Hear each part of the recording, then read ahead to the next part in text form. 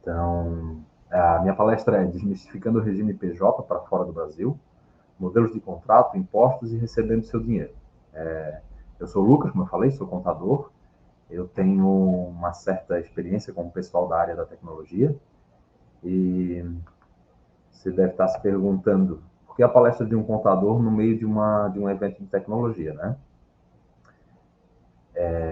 E eu vou explicar que é o seguinte, eu sou contador há 10 anos, tá? Eu tenho meu escritório há 10 anos, mas eu trabalho com a área de tecnologia, com as pessoas envolvidas em tecnologia, que são os desenvolvedores, os analistas de sistemas, os engenheiros, há uns 3 anos. E, por acaso, essa área de tecnologia, hoje, ela já responde por 70% da minha clientela, né? Então, eu tenho bastante pessoas que eu atendo, e então eu sei quase todas as dúvidas que vocês têm, eu sei quais são os questionamentos que vocês têm quando vocês começam a receber dinheiro, como empresa, né, como pessoa jurídica, e que é isso que eu também vou explicar aqui na palestra. Então, eu sei as principais dúvidas, e se vocês tiverem alguma durante a palestra, vocês também podem ir falando e mandando ali no chat, que conforme eu for vendo, eu vou respondendo. Ou, se eu achar melhor, eu vou deixar para o final para não me perder, tá bom? Vamos lá. Então, burocracia no Brasil. O processo burocrático aqui no Brasil, ele é bem complexo. Existem várias etapas que precisam ser analisadas, né? Por exemplo, cada prefeitura ou cada estado do Brasil tem uma regra própria. Então, não adianta eu falar aqui de todas as regras, porque eu vou deixar de atender algumas, né? Então, eu vou meio que passar por cima, mas vou dar uma ideia do que precisa para fazer o registro de uma empresa e como é que funciona o meu trabalho, tá bom? Aqui algumas formas de recebimento dos profissionais da área de tecnologia no Brasil. Existem algumas formas, né? A primeira forma é tu trabalhando como funcionário. Tu é contratado por uma empresa brasileira e tu tem carteira assinada. Nesse caso, tu paga os impostos conforme a lei brasileira fala ali, então tu paga INSS, imposto de renda, em consequência, tu tem direito a 13º salário, fundo de garantia, férias. Então, existe essa forma de contrato, né? Mas existe também empresas brasileiras que contratam os funcionários como empresários também. Nesse caso, a pessoa contratada, ela precisa também ter uma empresa, tá? E daí o contrato funciona entre duas empresas, a empresa contratante e a empresa sua prestadora de serviço. Existe também, e essa é a melhor parte, é quando uma empresa do exterior te contrata, né? Tem as vantagens do câmbio e tudo mais, a gente vai falar disso também na palestra, mas nesse primeiro momento funciona assim, a empresa ela pode te contratar, um contrato de uma empresa internacional para você diretamente, na conta pessoa física, por exemplo, tu vai ter um contrato assinado como pessoa física. Só que nesse tipo de contrato, podem incidir impostos ali que chegam até a 27,5% de imposto. Então, digamos que tu receba 10 mil reais, tu vai pagar 2.750 de imposto, tá? É um valor bem alto. E existe daí a possibilidade de tu trabalhar para uma empresa do exterior, mas tu como empresa aqui no Brasil. É um contrato entre uma empresa do exterior e a tua empresa aqui no Brasil. Esse contrato é entre uma empresa exterior e uma empresa brasileira, e ela pode ter de benefício fiscal e pode chegar a pagar de impostos até 3,05%, que é a alíquota básica inicial. É um valor bem interessante para tu pagar de imposto no Brasil, né? Aqui, como funciona, tá? A gente precisa decidir algumas coisas para iniciar o processo de registro de uma empresa. Primeiro, a gente precisa decidir o formato da empresa. Depois, decidir o enquadramento fiscal da empresa. Essa é a parte mais chatinha, mais burocrática e tal, mas que vocês vão ver, eu vou mostrar uma planilha ali que simplifica e vocês facilmente vão conseguir tomar a decisão, tá? E a terceira etapa é iniciar realmente o processo de registro. Essa parte aí da terceira etapa, ela é bem particular, assim. Então, na terceira etapa é um contato entre eu e você, entre eu e a pessoa que queira abrir uma empresa no Brasil. e ali eu encaminho uma lista de documentos que são necessários e tal, e a gente discute sobre endereços e tudo mais. Então, essa parte da terceira etapa ali eu vou deixar de fora da palestra, mas eu vou, se houver necessidade, como eu falei, diretamente comigo, tá? Então, a etapa 1, que é o formato da empresa, que tu pode escolher no Brasil, né?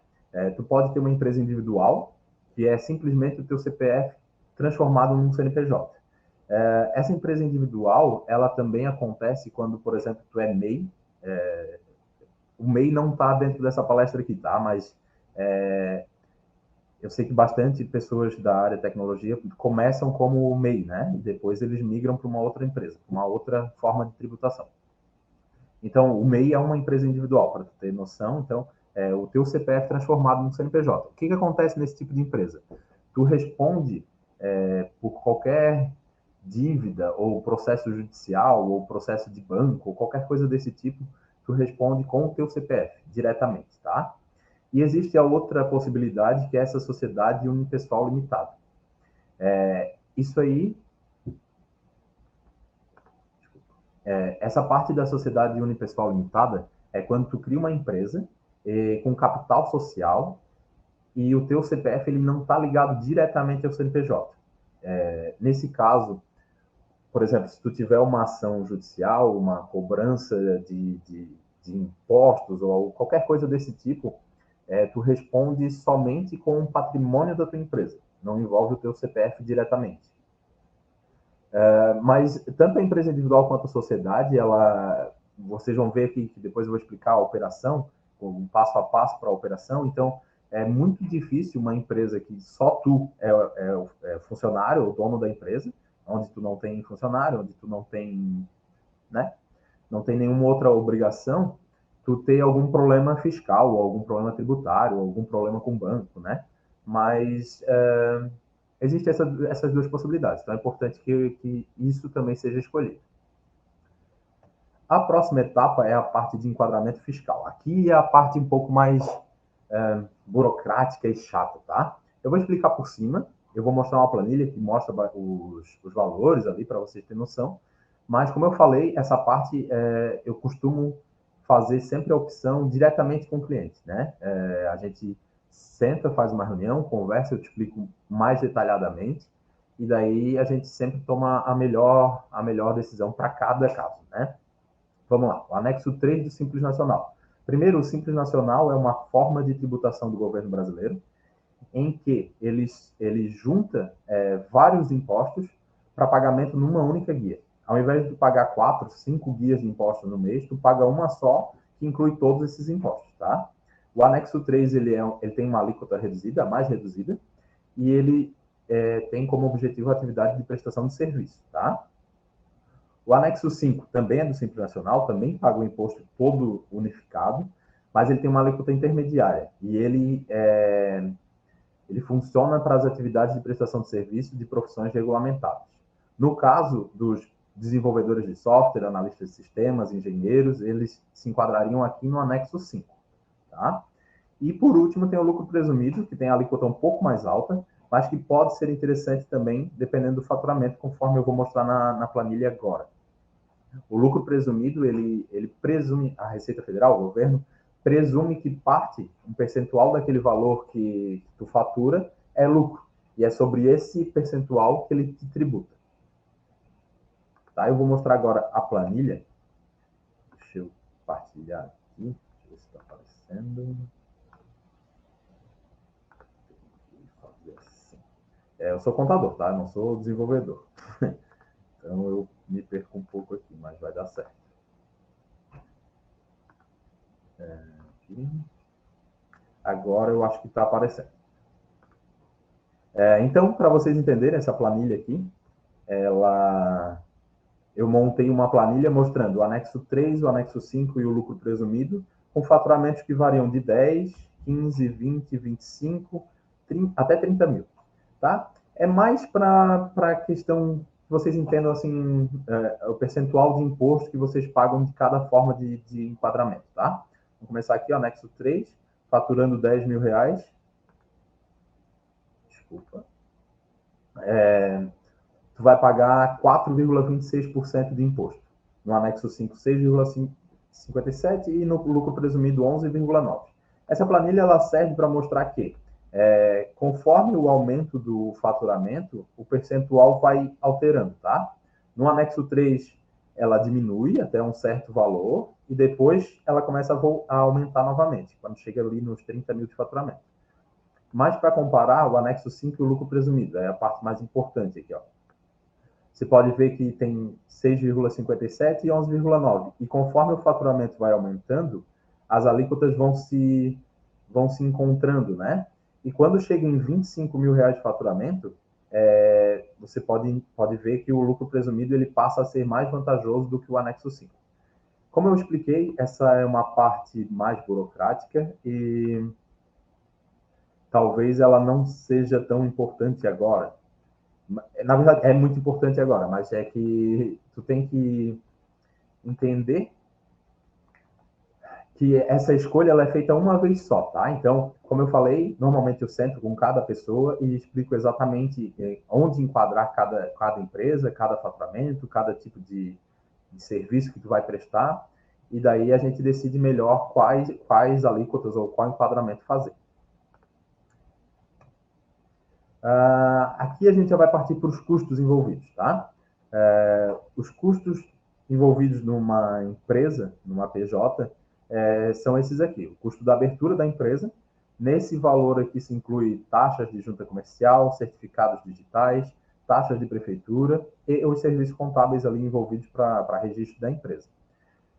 Aqui cabe um comentário que é o seguinte: eu posso operar, contador brasileiro, posso operar qualquer empresa de qualquer município do Brasil, dentro do território brasileiro, tá?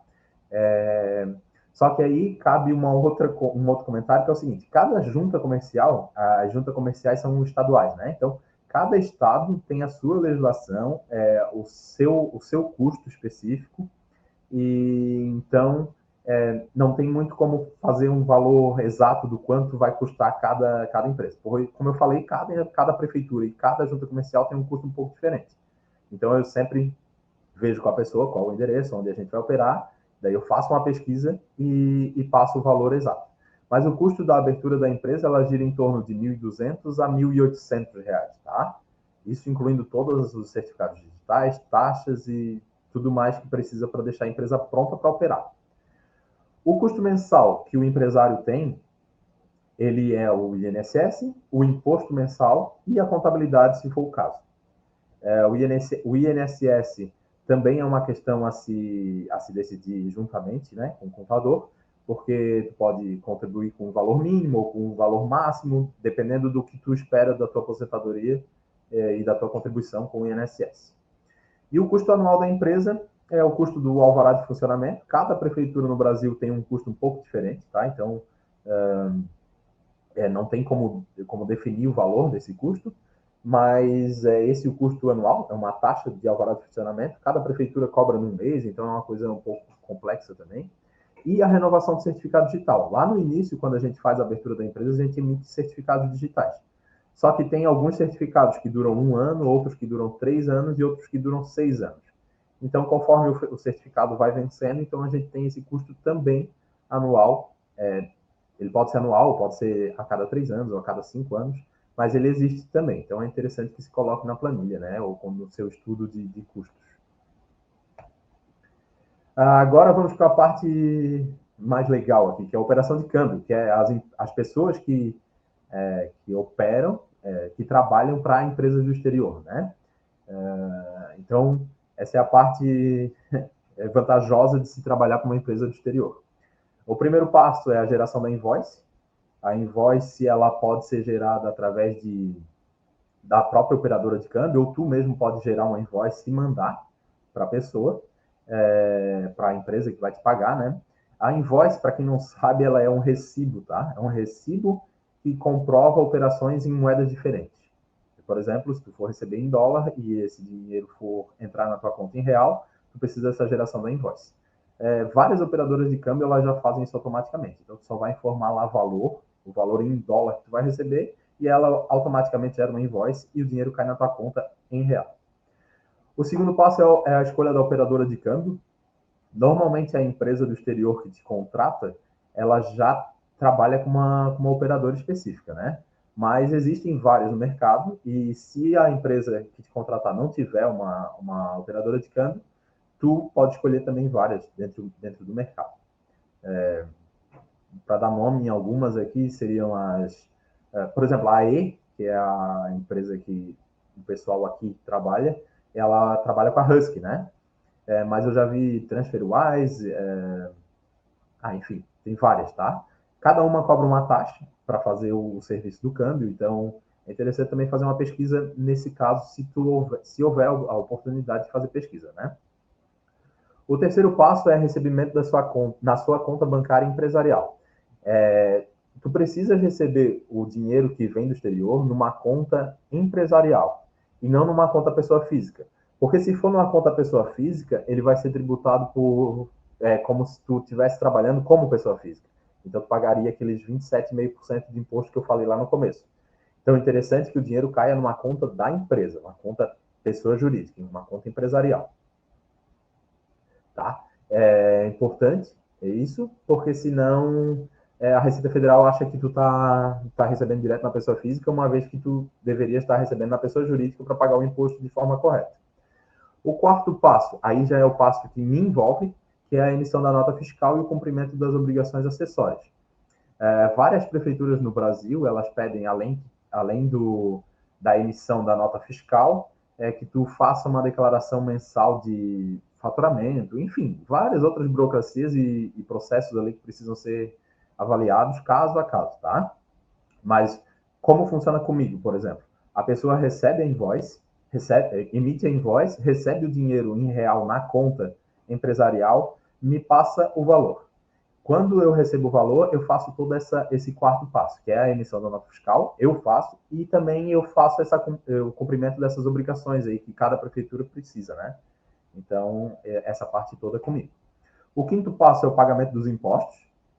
Então, tu recebeu na conta pessoa jurídica, na tua conta empresarial, tu vai pagar os impostos da empresa com a conta da pessoa jurídica. Os impostos são a tua contribuição com o INSS, a contribuição previdenciária, e aquele imposto federal ali que eu te mostrei naquela planilha. Depois que tu paga os impostos, tu faz a transferência do restante do dinheiro para tua conta pessoa física, como distribuição de lucro, tá? Eu vou mostrar um slide aqui de um fato interessante sobre distribuição de lucro. Apenas o Brasil e 4 outros países no mundo não tributam lucro. Singapura, Hong Kong, Estônia, Letônia e Brasil. No Brasil isso acontece porque o governo entende, a Receita Federal, o pessoal que fiscaliza, entende que o imposto já foi pago na conta da pessoa jurídica. Então, esse rendimento de distribuição de lucro ele é isento. Só que isso vai acabar, tá? Existe projeto já dentro da Câmara e do Senado querendo tributar os lucros. Hoje, eu sei que esse ano não vai passar, porque o processo está parado, mas existe já essa conversa. Então, a gente, provavelmente, aí nos próximos 2, 3 anos, vai começar a pagar mais um pouco de imposto. Como vocês viram ali, são só 4 países no mundo, então o Brasil provavelmente logo vai sair dessa lista também. Aqui as vantagens da carreira internacional, né? O custo baixo de operação, como vocês podem ver lá, a questão tributária ela é muito menor e é interessante, né? Tu fatura, que nem eu mostrei na planilha ali, fatura 10 mil, paga 4% de imposto, pagando tudo, né? Então, é um valor bem melhor. Eu conheço pessoas americanas, né, que pagam lá 30%, 40% de imposto direto sobre o faturamento deles. Da Europa também trabalha nessa alíquota aí, 30%, 40%. Então, o Brasil, para pagar 4% ou 5% de imposto ali, está ótimo, é uma operação ótima. Os benefícios fiscais de redução das alíquotas de impostos. Por exemplo, se tu trabalha para uma empresa, se tu tem uma empresa e trabalha para uma empresa brasileira, tu vai pagar de alíquota inicial de imposto 6%. Dentro desses 6%, tem vários impostos divididos ali dentro. Imposto de renda, contribuição social, INSS, PIS, COFINS, ISS, enfim, uma infinidade de impostos ali dentro. Se tu trabalha para uma empresa do exterior e tu emite uma nota fiscal de exportação de serviço, tu tem alguns benefícios. Tu só paga daí imposto de renda, contribuição social e o INSS. PIS, COFINS e ISS tu é isento. Então, a alíquota de 6 ela baixa para 3,05. Tá? Então, é bem interessante quando se trabalha para uma empresa do exterior a analisar essa parte também. E, claro, o recebimento em dólar, né? O câmbio, do jeito que está hoje, um contrato de $2.000 aí dá mais de 11 mil reais. Então, é um valor bem legal. Outra coisa sobre o benefício fiscal ali, o governo dá esse benefício, ajuda, porque é interessante para ele, por causa da balança comercial, né? Muito mais interessante para o governo brasileiro que entre dólar no Brasil do que saia real do Brasil, né? Então, por isso que eles ajudam, dão esse benefício fiscal aí para as empresas de prestação de serviço para o exterior. Em resumo, contrate um contador para facilitar a sua vida. Eu, ou qualquer contador que tenha experiência na área de empresas de tecnologia aí, pode ajudar bastante. Faz com que vocês se livrem de toda a burocracia, né? Fica tudo com a gente trabalha para isso, recebe para isso, então vocês não precisam se preocupar com a parte burocrática. É interessante se preocupar com aquela parte do enquadramento fiscal ali que eu falei no começo da palestra, apenas uma vez, tá? Isso é importante na questão financeira por um longo período. Então, essa decisão tomada ali no momento do registro da empresa, ela é importante por bastante tempo. Então, é interessante que a gente, sempre que comece uma empresa, sente e faça essa análise. E também nada impede de, conforme a empresa for operando e o faturamento aumentar ou diminuir, fazer uma alteração no enquadramento. Tá? Isso é possível no Brasil também. E sempre no mês de janeiro tu pode fazer essa alteração. Tu escolhe lá. Normalmente nós, contadores, escolhemos já qual vai ser o enquadramento fiscal da empresa naquele ano. Então, então é interessante que vocês se atentem a essa parte, tá? Como eu falei, uma vez só e depois tratem de operar. E com o contador para te auxiliar, todo o processo fica mais simples e você tem mais tempo para produzir, o que é importantíssimo para vocês da área de tecnologia, porque eu sei que vocês trabalham, às vezes, várias horas no dia, não tem tempo para ficar perdendo com gerar nota fiscal, fazer obrigação acessória das prefeituras, essas coisas vocês não têm que se envolver, né? Então, basta um contador que saiba o que está fazendo e que faça isso para vocês, isso facilita muito a vida de vocês. Aqui tem meus dados, tá? Eu deixei aqui na palestra o meu link no LinkedIn e também tem meu WhatsApp. O WhatsApp meu, esse número é pessoal, então sempre o primeiro contato com as pessoas é feito diretamente comigo. E depois que tudo for definido, depois que a empresa estiver operando, aí entra a minha equipe, e daí é eles que se envolvem, mas o primeiro contato, toda essa parte de escolha fiscal, de informações, de documentos que precisam, tudo feito diretamente comigo. Tá bem? Essa foi minha palestra. Que foi rápida. Se vocês tiverem alguma dúvida, fiquem à vontade para colocar aí no chat. Eu vou responder conforme as perguntas forem aparecendo.